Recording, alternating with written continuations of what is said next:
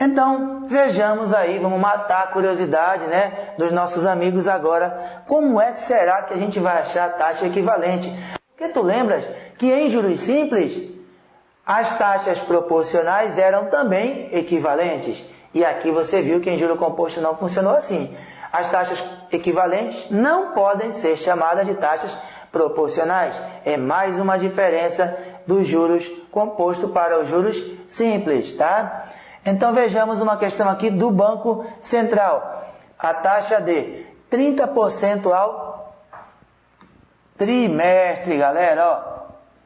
Trimestre. Só que a capitalização é mensal. Para um pouco. Qual é o nome desta taxa? Trimestre, capitalização mensal. Estamos diante aqui, então, de uma taxa nominal, tá certo? Estamos diante de uma taxa nominal e você sabe que não pode trabalhar com a taxa nominal. Tem que transformá-la para a taxa efetiva. E vamos fazer isso então? Antes de terminar a leitura da questão, trimestre tem quantos meses? 3 meses, muito bem. Então basta pegar o 30 e dividir por 3. Uma simples proporção. Mas Emerson, tu falaste que não era só isso. Calma. Eu estou apenas transformando a taxa nominal em taxa efetiva. Então vai ficar trimestre para mês. Essa transformação aprendemos também ainda há pouco que basta fazer uma proporção. Trimestre tem 3 meses. 30 dividido por 3 vai dar 10. Então, nesta questão, iremos utilizar o valor de 10% ao mês. Tudo bem? Esquece o 30 e vamos usar o 10. Tá legal até aqui? Beleza, vamos em frente.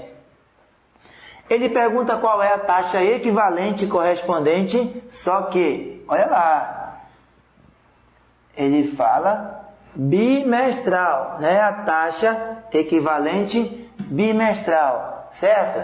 Pessoal, vamos fazer então, primeiramente, pelo mecanismo da fórmula.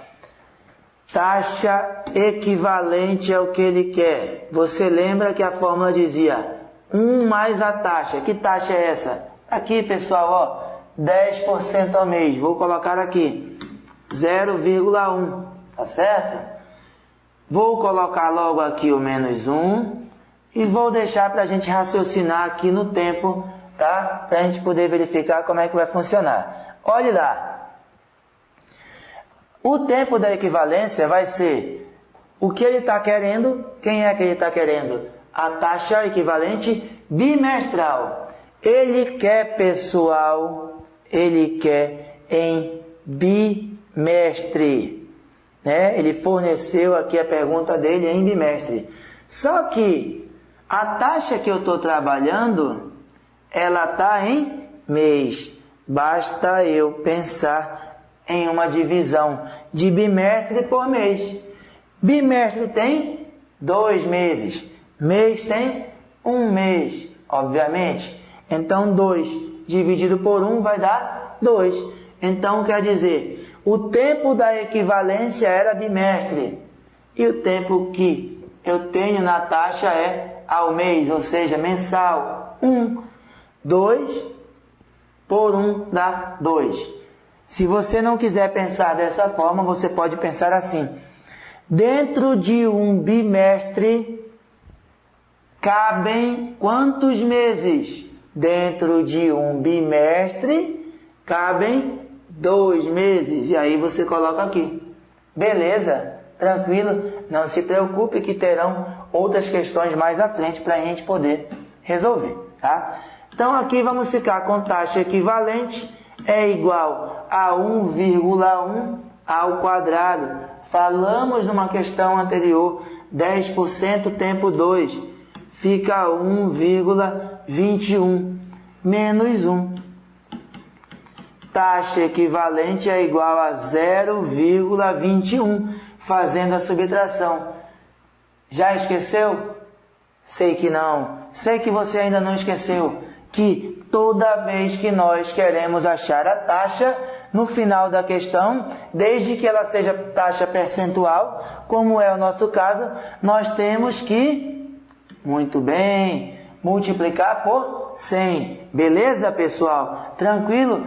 Tiro aqui, ó, essa vírgula, porque tem duas casas, cancelo os dois zeros e vou obter a resposta que nós estamos atrás da questão do Banco Central, que foi então 21% ao bimestre. Observem então aqui na alternativa letra B, 21%. Cuidado que nós temos que ter nessa questão, tá certo? Veja só. O candidato que não assistiu essa aula, o candidato que não está se preparando adequadamente, poderia pensar, bom, se deu 30% ao trimestre é porque deu 10% ao mês. Como ele quer em bimestre, bimestre tem 2 meses, 10% mais 10%, que daria a letra A. Isso é muito comum em prova de banco, em prova fiscal. Ele quer que você procure a alternativa errada, mas nós estamos bem preparados, prestando bem atenção na aula e não vamos cometer esse erro. Beleza? Tranquilo? Vamos em frente. Bem, disse para você que nós iríamos mostrar pela fórmula e também de outra maneira. Qual seria essa outra maneira, pessoal? Vamos fazer então a capitalização composta para terminar com qualquer dúvida que você ainda tenha entre juros simples e juros compostos.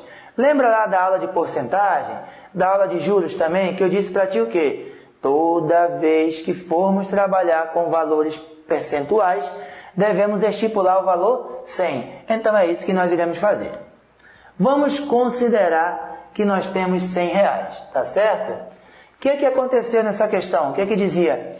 10% ao mês. Então vamos colocar 10% em cima de 100. 10% de 100 dá 10 reais. 100 mais 10, então agora nós temos um valor de 110 reais. Beleza, pessoal? Tranquilo? Só que eu só fiz isso uma vez, ou seja, um mês.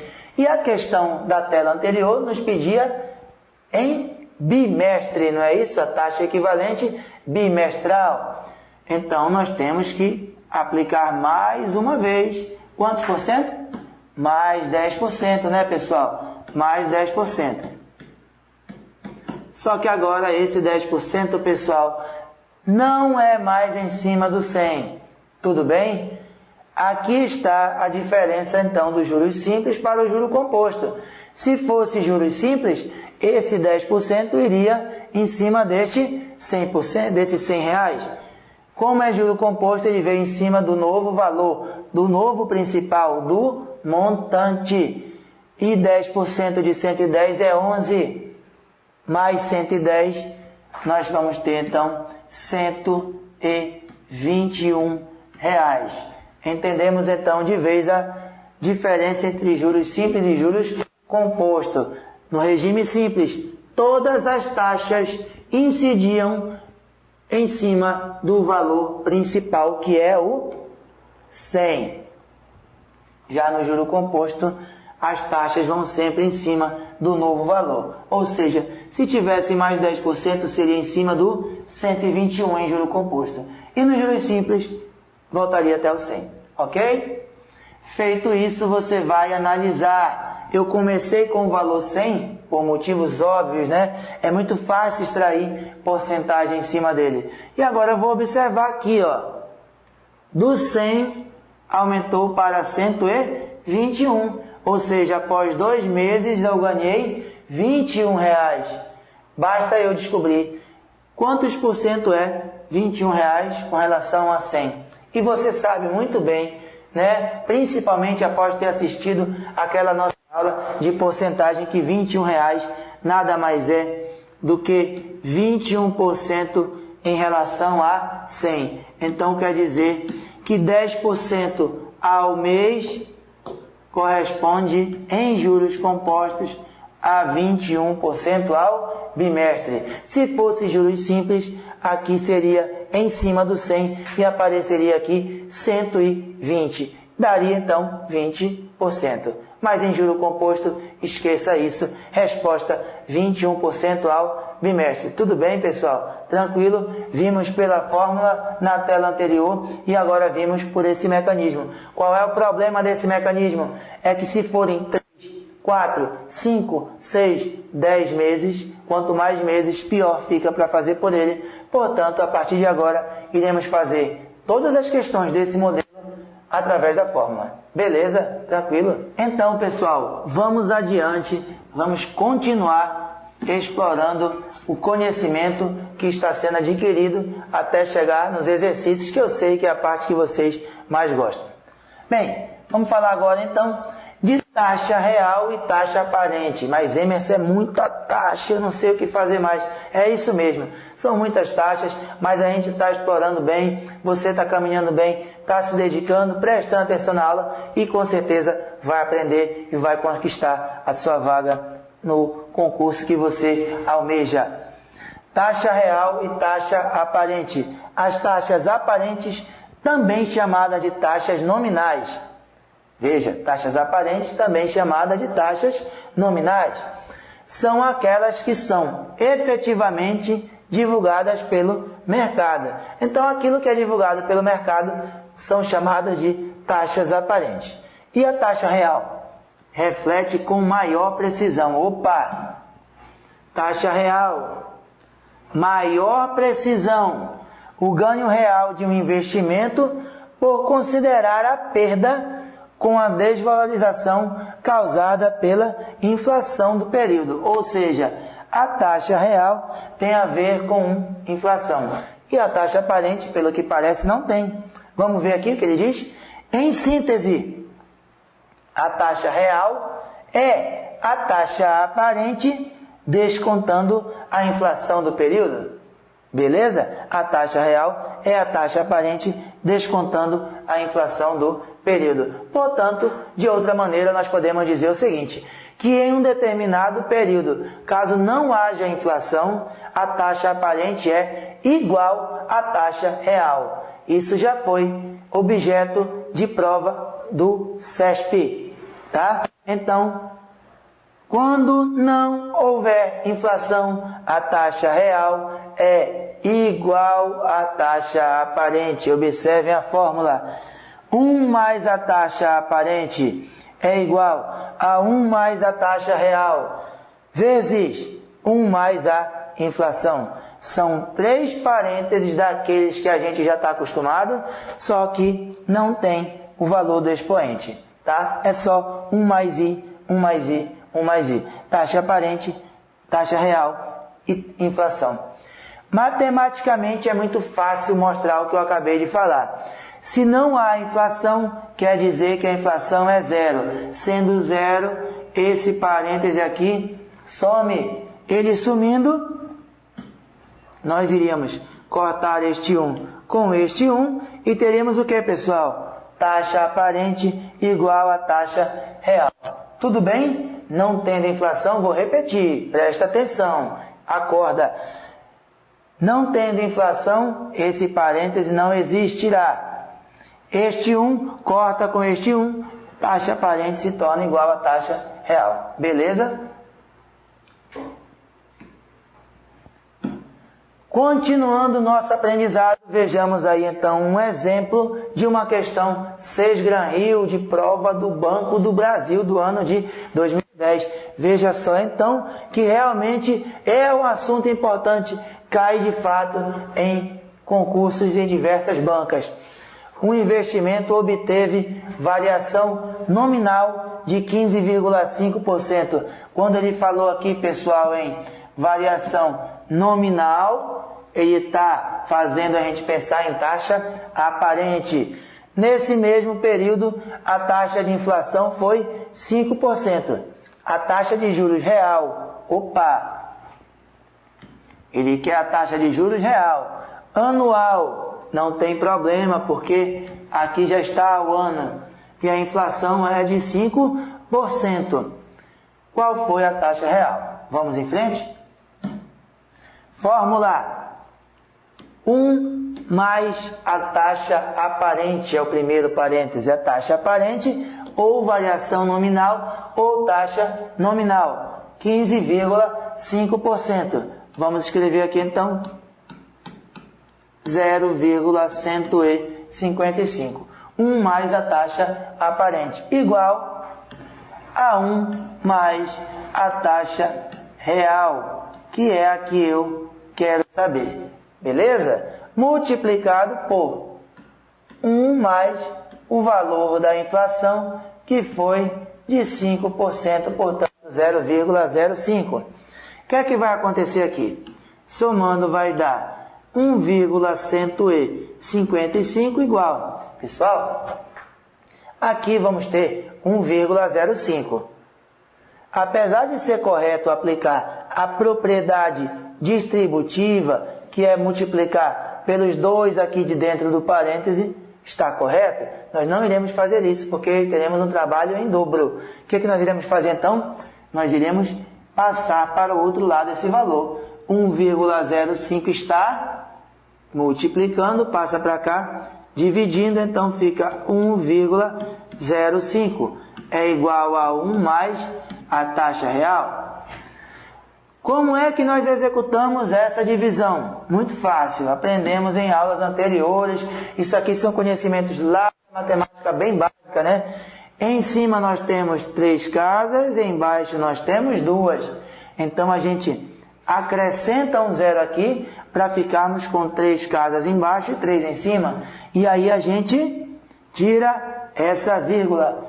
Então é a mesma coisa que dividir 1.155 por 1.050, que vai dar 1,1, que é igual a 1 mais a taxa real, certo? Você sabe então agora que esse 1 está somando, passa para cá, subtraindo, muito bem, 1,1 menos 1 vai dar 0,1.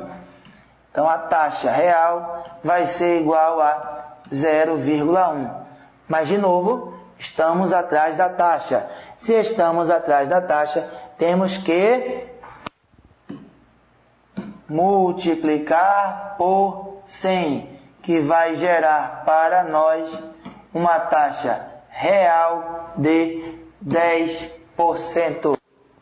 Marca então a alternativa D. Tranquilo? Um parêntese para a taxa aparente, um parêntese para a taxa real, um parêntese para a inflação. Faz a conta, não esquece que se você fizer aqui a propriedade distributiva, vai lhe dar um pouco mais de trabalho. Passe sempre para o outro lado, dividindo. Beleza? Seguindo.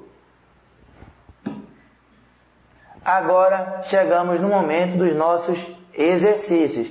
Juros compostos é uma matéria um pouco mais complexa, mas a gente não vai ficar desesperado. O nosso amigo aqui está, porque ele não prestou atenção na aula, mas você não, ok? Vamos seguir? Bem, pessoal, então agora vamos começar, né, os nossos exercícios, sem desespero, a primeira questão. Vamos ver o que ele está dizendo aí. Sesgran Hill, né, prova do BNDES. Um indivíduo fez uma aplicação com taxa pré-fixada de 2,25% ao mês.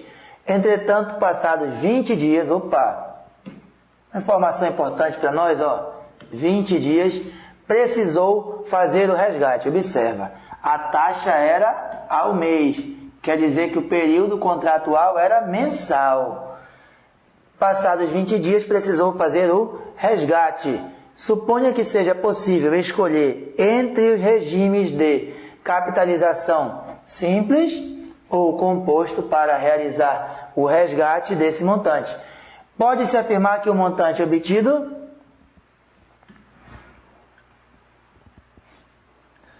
pelo regime simples será igual ao capital inicial. Não haverá juros simples, é isso que ele está falando. Veja, pessoal, será igual ao capital inicial, não haverá juros? Haverá juros sim, A gente colocou aqui o gráfico novamente em tamanho reduzido para que você pudesse ter uma um reforço do que foi falado anteriormente, tá certo? Veja, o juros simples vai crescendo de forma linear, tá? Então tá errado. A letra B fala, pelo regime composto será igual ao capital inicial. Negativo também vai já rendendo juros então. Letra C, pelo regime composto será maior.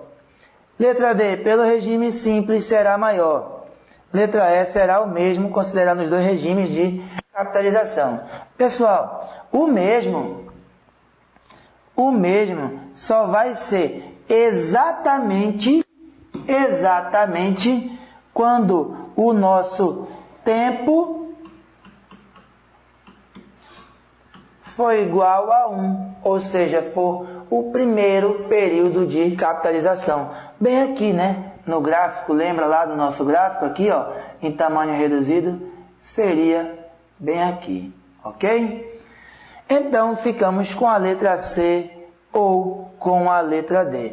Normalmente, somos levados a pensar que o regime composto será maior, mas observa, ela foi prefixada, ela foi acordada em mês, ou seja, o primeiro período contratual, que seria o 1 aqui, seria um mês. E o que ele está falando aqui, pessoal do resgate? Não completou um mês ainda, ou seja, está nesse intervalo. E nesse intervalo de 0 até menor que 1, quem é maior, pessoal?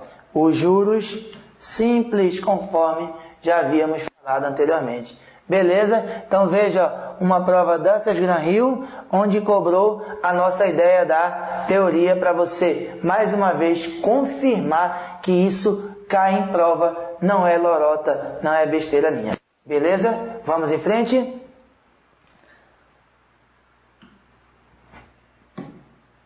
Passamos agora para a questão 2.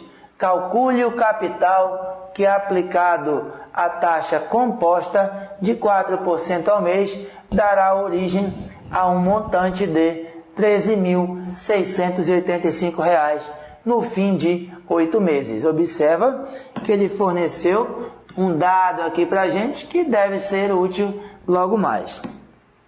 Vamos lá? Ele quer saber ele quer que você calcule o capital e ele te deu o montante. A fórmula do montante eu vou colocar mais uma vez para você lembrar bastante e não cometer mais erros em momento algum relacionados a juros compostos, beleza? Quem é o montante? 13.685. Quem é o capital? Opa, é o que ele quer, né? Então, fica C, vezes 1 mais. Nós temos a taxa, pessoal, aqui, ó, 4% ao mês, 0,04, durante um tempo de 8 meses. 8 meses, beleza?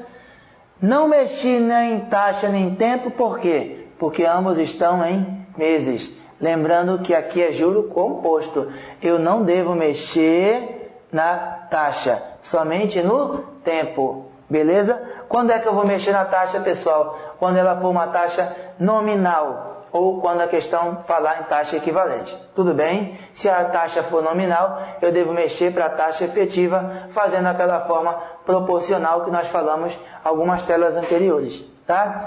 Aqui você percebe que você teria um trabalho enorme, né? Você teria que somar, daria 1,04 e você teria que fazer isso elevado à oitava potência, ou seja, seria 1,04 vezes ele mesmo, 8 vezes.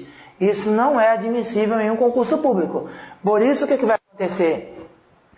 Ou ele dá na própria questão, tem banca que faz isso, tem banca que coloca aquela tabela que eu mostrei para vocês anteriormente, e tem banca que coloca expoentes pequenos, que aí faz com que você tenha que se virar para achar o valor do resultado. Nesse nosso caso aqui, foi bem simples, bem tranquilo, não é isso? Basta que a gente substitua no local deste parênteses esse valor que está bem aqui, ó, 1,04 elevado à oitava, nada mais é do que o nosso fator de capitalização. Então é 1,3685. Observa que os números que estão aqui são iguais a esses que estão aqui. Porém, aqui tem 4 casas decimais. Então, esse número está multiplicando, teria que passar para cá, dividindo. Se não tivesse a vírgula, eles seriam iguais. E a divisão daria 1. Como tem 4 casas decimais, a gente vai acrescentar 4 zeros e vai dizer então que a resposta é R$10.000, tá? Então, a divisão de um pelo outro vai gerar para nós R$10.000. Tudo bem, pessoal? Beleza? Tá tranquilo? Entendemos aqui a nossa segunda questão? Vamos andar então.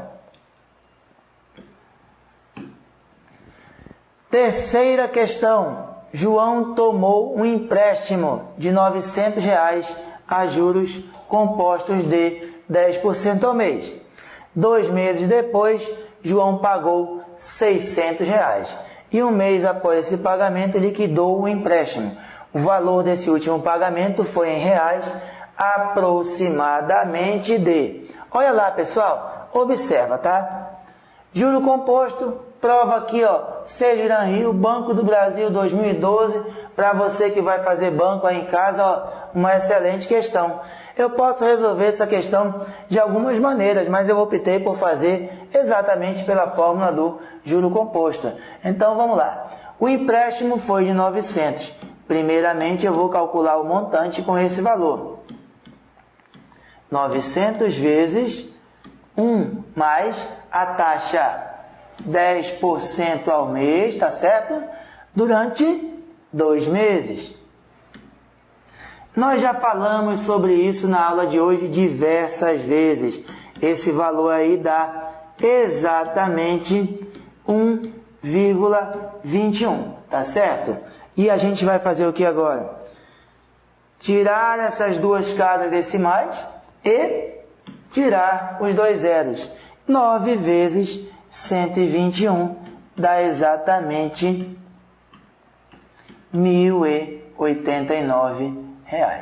Olha só, pessoal. Então, 2 meses depois, o João estava devendo R$1.089. Mas o que foi que o João fez? Pagou R$600, né? O João pagou R$600. Se o João pagou 600, eu vou descontar desse valor R$600. E vamos ficar então com o valor de R$489. Vamos ficar com o valor de R$489. E vamos fazer o novo cálculo.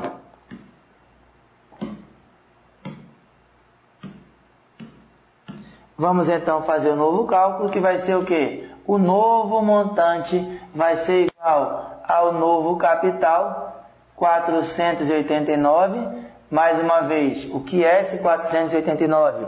É a subtração do que ele devia, 1.089, pelo que ele pagou, R$600. 489 vezes 1 mais a taxa que ele falou aí foi de quê? 10% ao mês. Então, 0,1. E o tempo, pessoal, quanto é? 1 mês após esse pagamento, ele liquidou o empréstimo. Portanto, aqui seria 1. Pessoal, você sabe que todo número elevado a 1 é ele próprio. Ou seja, não precisava nós colocarmos aquele 1 ali. Mas colocamos para que você lembre que foi 1 mês após que ele liquidou o empréstimo. Mais outra coisa, se eu quisesse fazer essa parte da questão por juros simples, eu podia? Muito bem, pessoal, parabéns. Podia porque era 1 mês. E com um período, o juros simples é igual ao juro composto. Excelente resposta. Vamos lá então, montante será igual a 489 vezes 1,1, que é essa somatória aqui. E aí nós vamos ter, pessoal, como resposta o valor de 538. Então, a resposta dessa questão do Banco do Brasil do ano de 2012 seria R$ 538, letra E. Tudo bem? Uma questão simples, mas ele tentou complicar a sua vida. Ele separou em duas partes. Usamos uma fórmula dos juros no primeiro momento para 2 meses. Usamos a mesma fórmula para 1 mês. Lembrando que aqui eu poderia usar juros simples também. Tá tudo bem, pessoal? Tá tranquilo? Vamos seguir então?